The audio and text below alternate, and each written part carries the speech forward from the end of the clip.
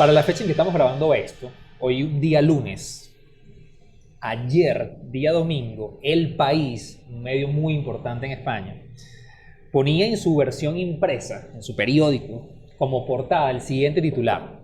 Decía, presos del móvil. Y decía, hoy en día estamos en un proceso o necesitamos un proceso de desintoxicación digital. Y el tema de desintoxicación digital probablemente es un tema que cualquiera de nosotros hemos escuchado cada vez con más frecuencia. Y como hoy en día estamos saturados de información y eso está teniendo un impacto muy duro en el tema del bienestar y de la salud mental. Y un poquito de eso es el tema que vamos a estar conversando y discutiendo hoy. Y para hablar de eso, llamamos un pana que es como el que siempre llamamos para ese tipo de cosas, y es el señor Michael Melamed, que además de que coincide con el uso de plataformas, espacios, tecnologías, apasionado de todas las nuevas tecnologías, y también coincide con el uso del coconut. ¿Cómo estás, Mario? Qué maravilla. Gracias por estar aquí. Feliz porque además es un tema recurrente en las consultas privadas, el tema del balance. Pienso que todo el tema es un tema como mucha gente dice, bueno, ¿cómo balanceo el trabajo con la vida personal? ¿Cómo balanceo la vida de pareja con mi aspiración personal? Y ahora se suma, ¿cómo balanceo el manejo de la tecnología con mi bienestar personal? Claro. Cómo se suma y se ha sumado mucho a la consulta esta pregunta y este planteamiento. Cuando tú ahí hablas de una palabra clave que es balance, porque yo creo que antes de adentrarnos en lo que significa el balance dentro de todo esto, hay que entender que primero hay una realidad. O sea, Sí, estamos en el 2022. Y hay una realidad y hay cosas que son muy fácticas. Vale. Por ejemplo, yo no sabía, y leyendo para esta conversación que íbamos a tener, yo no sabía que hoy en día existe la patología detectada médicamente, biológicamente, psicológicamente, que se llama el IAD, que es el Internet Addiction Disorder. O sea, eso está diagnosticado y el número de personas que lo están sufriendo en la mayoría de las partes del mundo es brutal. Y miren esto. Miren algunos de los síntomas para ver si alguno de nosotros nos identificamos con esto. Vamos a hacer un pequeño test entre nosotros. Dice, si tú sufres de IAD, probablemente puedes sufrir de depresión. Obviamente lo que sí se sabe, y esto no es secreto para nadie, es el efecto que ha tenido en las plataformas sociales en la depresión ha sido un rol protagónico. Unas más que otras. Sí, seguramente. Sobre todo Instagram es muy Sí. protagónico aquí. Aislamiento social. O sea, el consumo en exceso de estas plataformas te lleva a aislarte socialmente. Pérdida de placer en las actividades cotidianas que solías hacer. Ansiedad, sedentarismo, sobrepeso y obesidad. Ahí sí yo te lo tengo. Fíjense que todo parte de saber quiénes somos como seres humanos. Y a veces nos olvidamos que somos seres y organismos biológicos. Sí. Y desde los organismos biológicos, lo que se desprenden son varias cosas. Uno es el uso de la información, porque somos procesadores de información. Y la gestión de la información se produce a través de sustancias químicas. Entonces, por darles un ejemplo concreto, ¿cómo se producen las adicciones? La adicción al alcohol, o la adicción a cualquier tipo de estupefaciente, o la adicción a, por ejemplo, la gente no sabe que hay gente adicta a pelear, o al conflicto, o hay gente adicta a algún tipo de relación. Es el mismo tipo de adicción que se produce a la hora de gestionar inadecuadamente el uso de redes sociales o aparatos electrónicos. ¿Cómo? ¿Por qué? Porque hay dos sustancias que se van registrando, o tres, mejor dicho, que se van registrando en nuestro organismo que nos van convirtiendo en dependientes de. Uno es el cortisol, cuando algo que yo no espero, que yo no logro manejar, que yo no puedo manejar porque no tengo nada que hacer con eso, ocurre. Por ejemplo, lo que conversamos fuera del aire de opiniones masivas. Sí. ¿No? O sea, la opinión masiva que además me insulta, me ofende, me agrede, pero no me dice qué hacer con eso. Porque si a mí me dicen, mira, creo que puedes mejorar de tal manera, yo tengo algo que hacer con eso. Pero cuando no tengo nada que hacer con eso, porque el objetivo es ofender y agredir nada más, ¡pum!, el cortisol de una vez. No lo puedo manejar. La segunda es la adrenalina, lo que se maneja con euforia. Cuando yo voy a la euforia de voy a publicar, voy a postear, y entonces esa adrenalina de me voy a lanzar, que es lo mismo que ocurre cuando te lanzas en paracaídas o cuando vas a dar el primer beso. Es lo mismo, man. Es lo mismo, bueno, el primero, el segundo, no sé cuánto. Pero es lo mismo, porque vas a generar una situación de incertidumbre, pero que va premiada por una sensación, entre comillas, de coraje, de valentía, de me voy a exponer. Y la tercera es la dopamina. Sí. Que una vez dopamina. Exacto. Una vez que ya tú publicaste, posteaste, y de pronto hay alguien que te dice, amé tu contenido, wow, qué bien, te amo, te pongo emoji, corazoncito, no sé qué, o no sé cuánto, o te doy like, o no sé qué, olvídate, dopamina, check, voy por buen camino, necesito de esto para vivir. ¿Sí? Todo eso lo producen el organismo viviente que somos como seres humanos.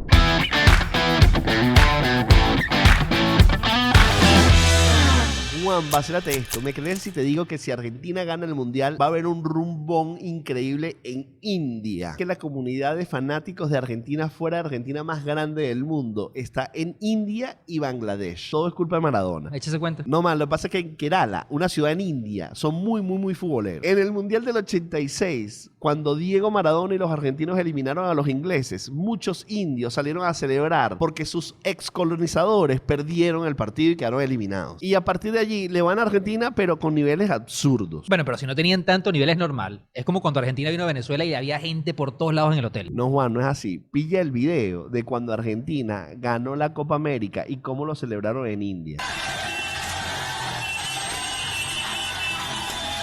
Ahora tienen el club oficial indio que le va a la selección de Argentina. John, yo te digo una cosa. Yo estaría picado porque Portugal tiene como 30 personas ahí nada más en el centro portugués. ¿Pero de quiénes son las panaderías del país?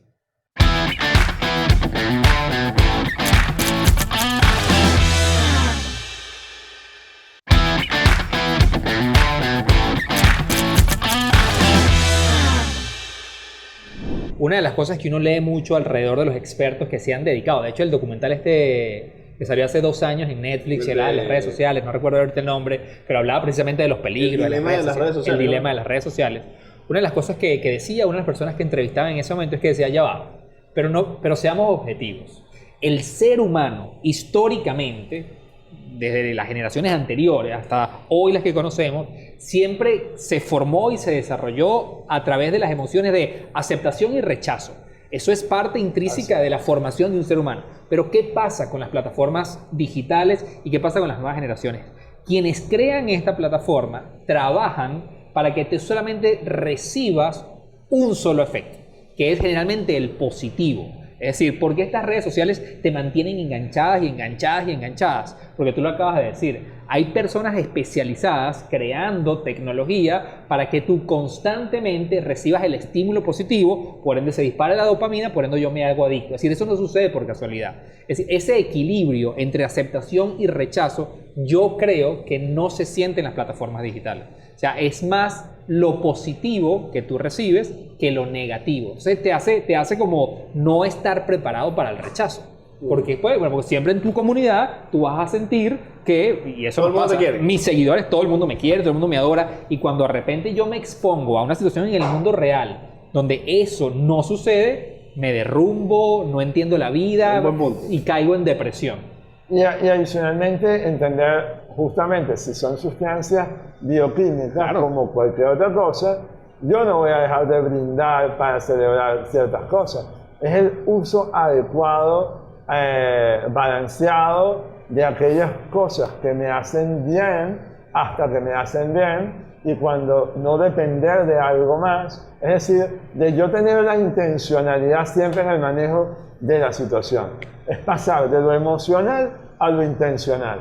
Pero cuando la intencionalidad está en el gran hermano, llamémoslo así, que te esconde de alguna forma el uso llamado algoritmo, y entonces el algoritmo, que tú además no sabes cómo funciona, y estás tratando de pegar al algoritmo para que el algoritmo te dé un resultado intencional, al final tú te estás cediendo tu espacio a un algoritmo cuando es tu intencionalidad la que pudiera generar alguna otra cosa. Por lo tanto, fíjate que no es el desuso de las redes sociales es el uso adecuado, intencional y estratégico de cada cosa que tú haces en tu vida, tanto en la parte online como en la parte offline, ¿no? Fuera del libro. Hay dos cosas que escuchándolos quiero destacar. Uno, Juan Carlos nos señala la idea de la exposición. Por ejemplo, las personas que me siguen en Instagram decidieron seguirme porque vieron algo que les gustó. Claro. Entonces, eso ya de por sí genera la posibilidad de cierta afinidad en formas de pensar, en opiniones, en gustos y preferencias, en aspectos visuales. Entonces es una comunidad medio afín. Entonces cuando yo opino de nuevo en un siguiente post allí, como esa comunidad es afín, todo el mundo dice, ah, qué chévere, todo ok. Si a mí me sacan de mi comunidad y ponen mi video que acabo de hacer, hablando de Netflix, y lo ponemos en la comunidad de un jugador de baloncesto, por ejemplo, por decir cualquier otra comunidad, va a decir, pero ¿quién es este? Sí. O sea, va a generar un rechazo porque no lo están esperando. A mí me va a sorprender y decir, no, pero si las cosas que yo pongo en las redes sociales a la gente le gusta. Es así. Allí hay una serie de personas que dicen que, entendiendo que esto sucede, que es muy valioso exponer tus opiniones en comunidades contrarias a la tuya para que tengas otros puntos de vista, porque aquí ya estamos enfrentando otra capa de la psicología que queremos abordar de esto, que es encontrar las verdades. Al yo decir, si yo tengo una comunidad, yo digo, los amaneceres son los más bonitos de la vida, y toda mi comunidad dice, es verdad, para mí se volvió una verdad. Y entonces en otra comunidad donde la gente cree que son los atardeceres, yo digo, no, pero estos están locos, esto no sabe, eso es mentira. Es decir, la validez de las opiniones, verdades y mentiras en comunidades parecidas hacen entender que la realidad es una distinta a la otra. Esto lo quiero poner sobre la mesa en función de lo que comentó Juan y en función de lo que comentó Michael. La preocupación que tienen los usuarios, porque cuando creamos las redes sociales pensamos en usuarios hablando para usuarios y nos dimos cuenta que en las redes sociales lo que estamos haciendo es usuarios hablando con usuarios y compañías e industrias y gobiernos y personas que tienen intereses en gestionar la opinión. Y ya empezamos posiblemente a hablar de la manipulación de la opinión. Y vemos espacios, por ejemplo, como son capaces personas de suponer que la Tierra es plana, sí. Personas capaces de suponer que debajo de una pizzería tienen encerrados unos niños secuestrados solamente por la manipulación de la opinión, o que un gobierno de X país funciona mejor que otro, como fue el caso de Cambridge Analytica. Entonces empieza uno a decir, epa, ya va, para no hablar de intereses de terrorismo, pediatría. Entonces ya empieza a ser una amenaza real, entendiendo la manipulación del efecto de lo que nosotros podemos tener en las redes sociales.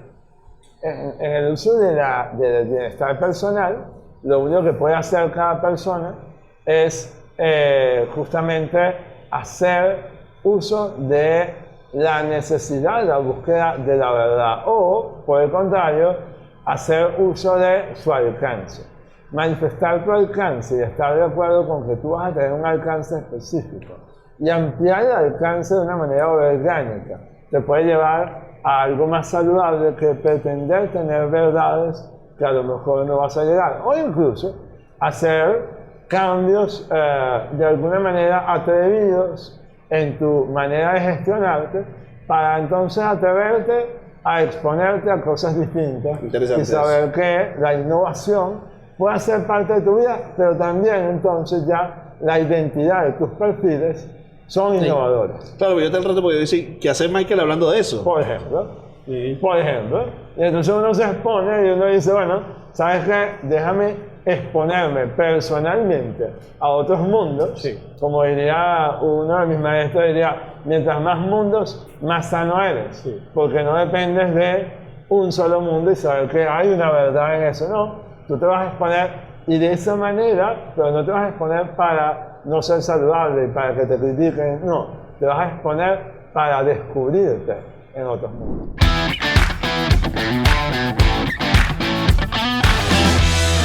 Juan, vacílate esta sí no la vi venir nunca. Me creerías si te digo que el agua que te estás bebiendo ha sido por lo menos consumida 10 veces por personas como tú. John, ¿de qué hablas? Y qué asco. Pilla esto, la revista The Economist hizo un estudio donde demostró que cada gota de agua que consumimos los seres humanos ha sido previamente consumida, por lo menos, por 10 personas además de ti. ¿Cómo es posible eso? Explícame. Bueno, lo que pasa es que aunque la gente pase y pase a través de los siglos, la cantidad de agua del planeta es la misma. Y como aprendimos en el colegio, eso se llama el ciclo del agua. Y no pasa solamente con la lluvia, también pasa con la lluvia dorada.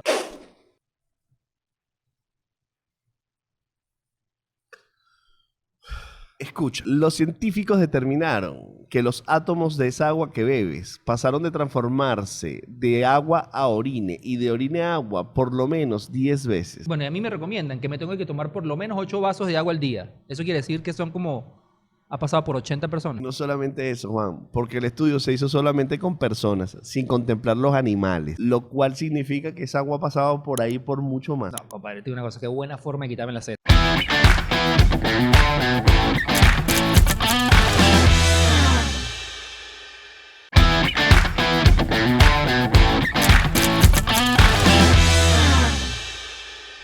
Claro, pero por eso yo, al punto cuando conversaba ahorita, a donde quería cerrar, es que lo primero es ser consciente cómo funcionan estos entornos. Y luego eso te va a llevar a tomar decisiones personales. Total. Yo, por ejemplo, hay 2 o 3 prácticas que estoy como tratando de aplicar en mi vida porque yo sí soy consciente, cuando veo mis tiempos conectados, que no es saludable el nivel de hiperconexión que tengo en mi vida. Eso es algo que yo personalmente detecté y empecé a educarme y a hacer ciertos cambios en los comportamientos diarios que ayuden a disminuir ese tiempo de conexión que a mí personalmente me estaba afectando en el sueño, en el humor, pero además, desde lo físico, también me estaba afectando... No, en el humor no lo has resuelto. No me vengas tú, no me vengas. Pero también me estaba afectando en la calidad de la información que consumía. Entonces yo creo que uno tiene que ser consciente de esto, tomar decisiones y luego buscar un balance. Porque yo sí creo, yo he hablado mucho de esto en este podcast en episodios anteriores. Yo creo mucho, yo soy fiel creyente en las burbujas, algorítmicas que se crean dentro de las plataformas. Tú decías algo hace rato que para mí es extremadamente valioso en este tema de desintoxicación digital. Yo creo que es sano salirte de tus esferas. Yo creo que es sano que tú no solamente hables de temas lo que generalmente tu comunidad no está acostumbrada a que tú hables, sino que también comiences de manera manual, porque de manera automática no va a suceder, de manera manual te empieces a forzar en descubrir nuevos creadores, temas que tú jamás explorarías en las redes sociales, y eso yo lo considero que entra parte de lo saludable, porque te va a ampliar el tipo de información que tú consumes. Temas, personas, música, sí, arte, todo. Y acá viene, bueno, el uso de quién consume. Porque hay unas personas quizás con la capacidad, ya por un tema de edad, con mayor capacidad de conciencia, y hay otras edades que están más disponibles, más expuestas, no por un tema de más inconsciencia, por Dios de la vida. No me hablen de que las edades son... No. Yo he conocido gente de 55 años muy inconsciente y he conocido gente de 12 años sabios e impresionantes y maestros. El tema es que su bioquímica, la bioquímica del cuerpo, los expone más porque a ciertas edades estamos expuestos a más químicos que a otros. Y esa conciencia me va a permitir el manejo mejor, pero también la administración de ese tipo de cosas. Eso pasa, por ejemplo, en la vida de un atleta. Cuando un atleta va a tomar un tipo de ejercitación, no puede ser el mismo número de horas de ejercicio que el número de horas de 12 años que de 18 años, porque no está preparado su cuerpo. Sí. Es lo mismo que va a pasar con el uso de... Pero, por ejemplo, pongamos otro tema. El estudio. Vamos a hacer una cosa que socialmente está bien vista. Pero una gente que estudia, bueno, ya se sabe que cuando sale a la vida, muchas veces no sabe nada. ¿Por qué? Porque no ha aplicado nada, porque no se ha expuesto a nada. Y entonces ves mucha gente que estudió muchísimo y está trabajando para gente que dejó de estudiar y empezó a trabajar temprano. Ahí está la clave, que no hay nada ni bueno ni malo. Es cómo vayamos aplicándolo en el mundo para hacer del mundo tu mundo y no tú parte de un mundo que te hace se hace dueño de ti en la medida que tú te expones y no sabes cómo. Voy a tener otro tema en la mesa que tiene que ver con percepciones que tenemos en las redes. He escuchado, visto y analizado cosas como hay círculos o burbujas o espacios de las redes que tienen culturas detrás. Voy a hablar de TikTok específicamente.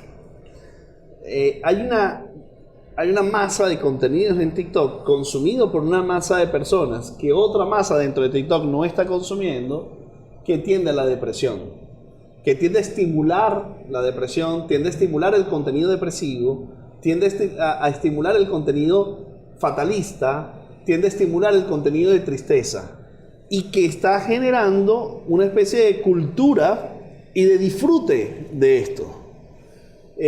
Lo cual es aterrorizador. O sea, tú ves esto y tú dices, wow, qué peligro la exposición que podamos tener sobre este tipo de cosas. Eso lo dejo ahí para que lo tomen y hablemos un poco de eso.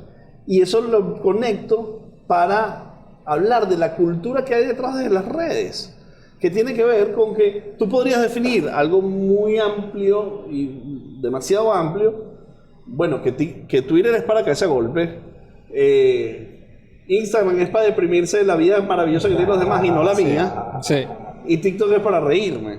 Y tú dices, bueno, pero ¿cómo es que si de todas ellas tenemos las mismas personas, cómo estas redes tienen esta cultura? Y bueno, y Facebook es para conectarse con los amigos viejos que ya, con los que ya no hablo, sí, para recordarme los cumpleaños. Si esto, o sea, si todo esto que estamos hablando es así, ¿por qué estas redes tienen esas culturas? Entonces, yo como consumidor voy a un mood distinto, Sí, y a una expectativa distinta, a una visión psicológica distinta, donde puedo ser parte de una cancelación en TikTok, pero reírme por algo ser parte de una cancelación en Twitter, pero reírme de algo en TikTok. Entonces pareciera que tuviera como una especie de arquetipos psicológicos en el uso de las redes. Yo creo que es un tema profundo, pero una de las cosas que a mí me gusta poner sobre la mesa sobre eso es que yo hago siempre la analogía con la vida misma, ¿ok? Un ser humano es capaz de comportarse de manera totalmente diferente cambiando de esferas sociales. Yo soy una persona con mis papás, yo soy una persona en mi grupo del colegio y soy una persona con el grupo con que salgo a rumbear.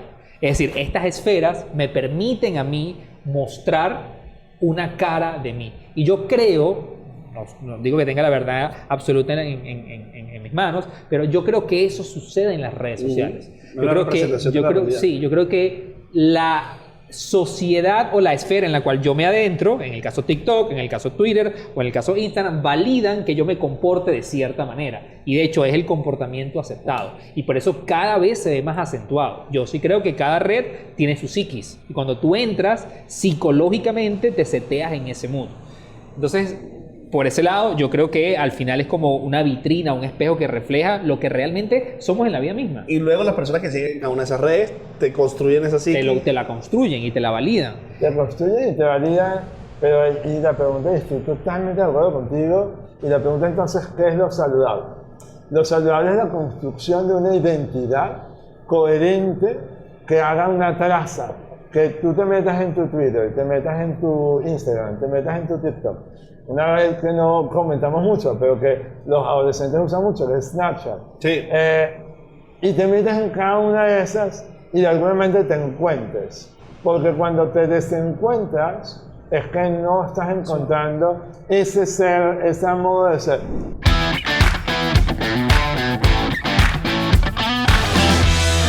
John, vacílate esto. ¿Me creerías si te digo que si Francia tuviera reyes, la reina fuera venezolana? ¿Y Francia? ¿Cómo así? Bueno, con la Revolución Francesa fue derrocada la monarquía de ese país. Pero a pesar de eso, la descendencia real siguió. Y si buscamos el linaje del último rey, Luis XVI, sería Luis de Borbón. Ajá, ¿y la reina por qué tendría que ser hermana de la espuma, de las garzas y de las rosas y del sol? Porque Luis en el 2004 se casó con María Margarita Vargas, una venezolana hija del dueño del banco BOD y descendiente del conquistador español Alonso Ojeda. Ajá, ¿y entonces por qué no es la reina? Bueno, lo primero es porque ya no existe la monarquía en Francia y hay tratados que impiden que los Borbones regresen al poder de esa forma por allá. Pero igual tienen el título de rey y reina consortes de Francia, aunque no les sirve para nada. No, sí le sirve, Juan. Al menos para que le diga mi rey. Bueno, luego de que se casaron en el 2004, Luis Alfonso se vino a vivir a Venezuela y trabajó en el banco BOD. ¿Y tú sabes cómo decían en la oficina? Ahí viene el príncipe. Qué chiste tan obvio y malo, bicho. Cero chiste. Hay reportajes que lo dicen. Bueno, lo más loco de este cuento es que hay un grupo francés que quiere restituir la monarquía y reconocen a Luis y a María Margarita como los verdaderos reyes. Lo que nos falta es una reina venezolana para terminar de conquistar el mundo.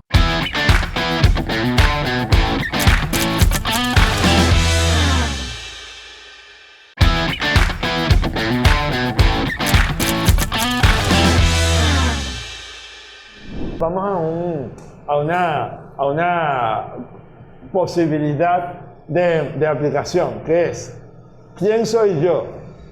Esa es la pregunta que cada uno se hace. ¿Quién soy yo y en dónde? Hay una construcción de identidad importante cuando tú eres capaz de ir all in. La otra vez todo el mundo publicaba en cuanto al tema de los zapatos o la campaña que de Balenciaga, ¿no? Que de alguna manera, yo digo que se parecían mucho a mí, que de alguna forma eran. Porque en los extremos vamos a impactar, pero no en los extremos de ser extremista, no, en ser en extremo tú. Entonces, la invitación es a la construcción de una identidad que te haga sentir all in contigo, no importando de alguna manera quien te vaya a seguir, porque quien te va a seguir, pues maravilloso, porque te va a seguir a ti. Y ese es el trabajo que uno hace en consulta. Es más o menos lo que haría un escultor cuando con un cincel le da golpecitos a la boca para develar lo que está dentro, que es la obra de arte. Es quitar lo que sobra. De alguna manera, que nos permite construir una traza coherente en cada una de esas redes sociales, donde yo vaya al Twitter de Juan y lo encuentre, y después voy a su Snapchat y lo encuentre, y eso lo encuentras en personajes maravillosos que hay por ahí que todos seguimos. Pero hay un conflicto ahí humano, Ajá. que es ¿quién soy y cómo quiero ser visto? Porque tú construyes contenidos en las redes sociales con la percepción de cómo quieres ser visto. Y a lo mejor dejas atrás un poco el quién soy. Claro, o haces una combinación de las dos cosas. Porque, ejemplo, o sea, yo quiero ser visto como una persona que le gusta comer. Entonces pongo contenido que le gusta comer. Claro, pero no es realmente quién eres. Claro. Bueno, sí, en este caso sí, porque me gusta. Pero luego hay otras cosas que no muestro, pero soy yo. Claro. Entonces, no mostrar cosas o sea, mostrar cosas habla de mí. Lo que no muestro es quién soy, que también habla de mí. Entonces, no lo muestro, ¿por qué? Porque no quiero ser visto así. O sea, no quiero ser visto, por ejemplo, no lo sé, cuando estoy saltando en una piscina sin camisa. Y digo, pero eso es lo que soy. Entonces, yo no quiero ser visto así, entonces no lo pongo. Entonces, ¿quién soy y cómo quiero ser visto? Gary Vaynerchuk nos diría a todos, no, déjalo ver. Sí. Y desde el centro Justo en él de pensaba. la pasión, por eso hablaba de la dinámica, ¿no? Sí. Pasión, acción, consecuencia. Pasión, acción, consecuencia. Lo primero es encontrar lo que te apasiona, independientemente, y aceptarte. Y eso eres full tú. in. Y eso O sea, eres. ese eres. Y de hecho, yo creo, o sea, una de las cosas que creo que va a pasar en un corto tiempo es que se empieza a desdibujar la línea entre tu vida física y tu vida digital. Claro. O sea, yo creo que eso decíamos, bueno, yo soy esta persona en la vida física y soy esta persona en la vida digital. Absolutamente. Esa línea se va a empezar a dibujar, así como en el marketing decimos, está la TL, BTL y digital, y cada vez esas líneas se dibujan y al final se trata de hacer marketing. Claro. Yo creo que se va a tratar de eso en algún momento. O sea, porque cuando escuchaba lo que tú decías, yo decía, ¿y si la premisa está mal? Sí. Y si la premisa no, yo en las redes sociales o en las plataformas digitales o metaverso, donde lo queramos decir, se trata de realmente mostrar quién soy. Son una ventana más, porque es una extensión de... Hoy en día, probablemente, bueno, a mí me pasa, ya casi pasamos más tiempo en los entornos digitales Sin duda. que en los entornos físicos. Más Pero tiempo le- ese quién soy que mostramos en las redes no estamos mostrando quién soy realmente. Ahí es donde quiero reflexionar. Porque ninguna de las personas que está en redes está mostrando su lado gris, que todos tenemos, Yes. su lado triste. Todavía. Todavía. Pero, o sea, pues, vamos a revisar los últimos 3 posts. Los últimos 3 posts. Claro. Yo te voy a poner mi último post aquí. Pero analiza esto, mira esto. Analiza los grandes creadores de contenido hoy en día. Yo te pongo un ejemplo. Y para mí ha sido un caso a seguir y analizar. Y esto aquí podemos pasar horas. O sea, el caso de Lele Pons. Sí. Lele Pons es una persona que tiene muchísima influencia y que ya tiene 1 año o más de 2 años hablando abiertamente de cómo todo esto que ella ha hecho le ha generado demasiadas inseguridades, problemas personales, psicólogo, patologías de desorden, X. Y ella, por ejemplo, su último post de la semana pasada, ella empezó a hablar de la celulitis y de que ella no hacía antes. O sea, empiezan a mostrar Sí. ese ugly side que hace 2 años no se lo permitían. Claro, pero lo puede hacer ella porque tiene una construcción de interés y una construcción de contenido y una construcción de posición que ella decidió que le interesa hacer. Claro, pero ella está formando generaciones nuevas que se van a atrever a hacer eso. Y probablemente una persona que la veo, que la sigue, lo hace. Sí. Y como no tiene ese background de que ella ya tiene, de exposición, de conocimiento y de procesamiento, de haber tenido experiencia, le puede ir mal por haberlo puesto. Y creo que eso va a hacer parte del y proceso. eso es, claro, porque al final entramos en The Matrix. Cuando el oráculo le decía a Neo, bueno, ahora cuando rompe el jarrón, tumba el jarrón Neo de la mesa y ella le decía, y ahora te preguntarás si tumbaste el jarrón porque yo te hice verlo o tenías que tumbarlo para que algo pasara. Claro. Entonces, al final no importa, es una de las grandes invitaciones a la hora de la salud. No esperar que las cosas se definan para hacer. Hacer en el proceso sin creer que haciendo estás fallando. No porque algo no te funcione, no quiere decir que no sea el proceso de descubrirte. No sea el proceso de descubrir la onda de tu marca. La pregunta es, ¿cuánto vas a tardar? No importa. Sí. Porque en el momento que te encuentres, te van a encontrar también. Sí.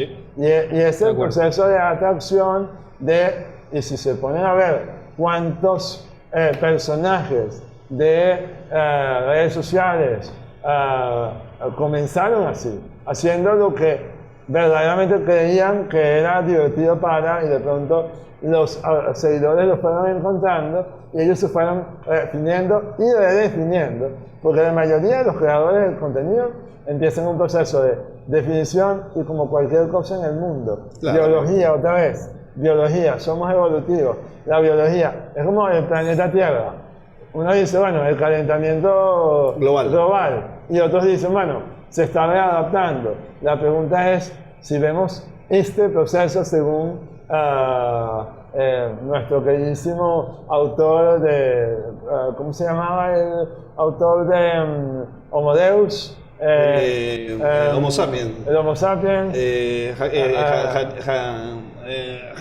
Hamidi. Ajá. Bueno, Yo te voy a decir, el el autor nombre israelí que nos trae a través de Homo sapiens la historia de toda la humanidad y al final dice, no, ya va muchachos, lo que está pasando ya pasó y lo que va a pasar también ya está pasando. Es decir, simplemente permanece o pertenece a un proceso biológico que sigue ocurriendo, que va a seguir ocurriendo, es un proceso evolutivo que nos va a llevar a donde ya nos va a llevar y nos ha llevado antes, ¿no?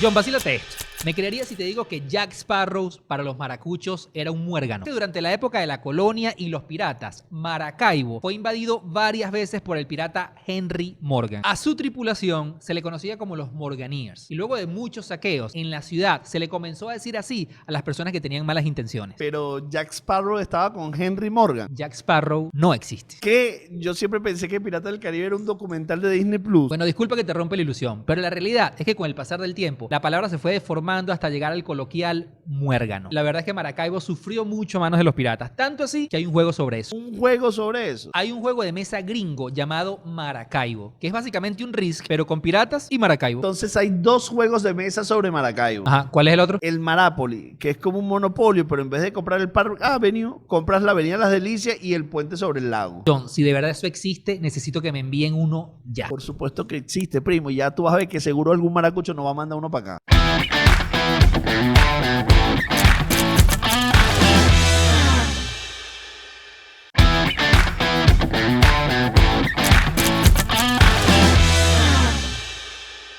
Definitivamente, con Homo sapiens, hacer lo que yo llamo un zoom out de la historia de la humanidad y nos dice, ya va, cuidado, no se crean que lo van a resolver en esta vida. Claro. Vivimos muy poquito y lo que estamos viviendo es supuestamente el caos de tal. Y yo digo que mi trabajo en consulta es ser más caos para ser un ensayo del caos del mundo, para que la gente empiece a gozar del caos del mundo y no a conflictuar. Porque muchas veces donde entramos es en el conflicto. Y cuando entramos en el conflicto es justamente bloquear ese caudal que hablábamos y no es el flow que necesitamos. Y es el punto de los historiadores. O sea, un historiador que ve 300, 400 años una transformación de cambio del ser humano dice, mi hermano, tú no quieres resolver en los 5 años que estás viviendo la evolución. Claro. Yo creo que al final del día es un tema que es consecuente de las transformaciones y los cambios. Yo recuerdo, Estamos en pleno proceso. yo recuerdo en los 60 cuando se empezaba a cuestionar a las madres que ponían a sus hijos en los televisores porque el efecto psicológico que tenía de entender los cambios y evoluciones y los 30 cuadros por segundo y entender que en media hora una persona pasaba de la noche a la mañana. Y bueno, nos adaptamos, lo transformamos, o sea, son cosas que tenemos que vivir. Lo que yo sí creo que vale la pena, y para ir medio cerrando ya este episodio, porque la tela es larga, Puede dar para mucho. es, oye, cuidarlo, verlo, no menospreciarlo, Para nada. entender cuál es tu posición, cuál es tu rol, cómo educar tus contenidos, Sí. cómo educar tu consumo y valorar sobre todas las cosas a las personas que tienen al lado. Porque sí, esto aporta, a mí me encanta, para mí es demasiado importante, pero valoro Pero más eso también. esto de tocarnos, de hablarnos, de vernos, de sentirnos y de compartir y conectarnos. Yo tuve la suerte, particularmente tuve la suerte de ser formado o criado por unos padres que me enseñaron que en la vida iba a tener amigos, enemigos, amores, desamores, y yo creo que eso sucede exactamente en los espacios digitales. Y yo creo que se necesitan más personas hablando de esto. O sea, yo creo que se necesitan más personas educando que esto que nosotros llamamos celular, que estamos presos, que nos consume, es parte de la vida hoy en día, y donde vas a conseguir gente que te quiere, donde vas a conseguir gente que te odia, donde es tu responsabilidad también ver qué tanto. A mí me dijeron, no pases todos los días en casa ajena, eso está mal visto. No pases 15 horas conectadas al celular. O sea, yo creo que, como lo decía hace rato, esa línea entre lo digital y lo físico cada vez se va a desdibujar más. Sencillamente es algo que está ya inerte en nuestras vidas, y nuestra responsabilidad es tener, creo yo, y parte de esta conversación ojalá aporte, es tener más personas hablando de lo bueno y lo malo. Y aunque tú lo dijiste hace rato que te separabas de eso, yo sí creo, bueno, es un ejercicio que yo personalmente estoy tratando de hacer en mi vida, es conseguir más ese balance entre lo que me aporta valor y realmente ubicar esos espacios donde lo hago precisamente porque es un mal hábito. Y ese chip, yo lo llamo un cambio de cultura, de pasar de la cultura del logro, eso que llamamos la cultura del lograr, porque entonces si no logro, no soy. Y el logro nos tortura, y el logro y acceder y llegar, y tengo que llegar, y es como si la vida fuera un punto de llegada. Sí. Entonces, es un cambio sutil lo que voy a decir, pero es pasar de la cultura del logro a la cultura del avance. Cuando yo paso de la cultura del logro a la cultura del avance, me siento en proceso y no me conflictúo con el hecho que en ese proceso son muchas cosas las que voy a fallar, las que voy a cometer errores, las que me voy a equivocar, pero esa equivocación no es un juicio que me condene, sino una oportunidad para seguir avanzando cada vez más. Por eso es que yo veo todos estos procesos tecnológicos con mucho optimismo, con Seguro. mucha alegría, con mucho entusiasmo, incluso diría con mucha pasión, que me apasiona mucho, porque creo que todavía no hemos visto la evolución en ellos. Veo las futuras generaciones consumiendo esto de una manera mucho más saludable, mucho más responsable con su propio cuerpo y organismo, y veo que de alguna manera no vamos a poder controlar, y yo cada vez menos quiero eso, lo que vaya a pasar. Por tanto, sí, escoger disfrutar de lo que va pasando. Y en esa alegría de avanzar, pues encontrarnos todos en que tu identidad va a evolucionar, pero lo importante es que la búsqueda termine en el encuentro contigo y no un desencuentro constante y permanente. Yo creo que yo soy John da Silva Arroyo de Snacks, y cualquier cosa más que diga después de esta reflexión sería embarrarlo. Mi nombre es Juan Carlos Martínez, @Juansofá, y no me encuentren en las redes porque me voy a desconectar un buen tiempo. Mi nombre es Michael Melamed y soy un especial fanático.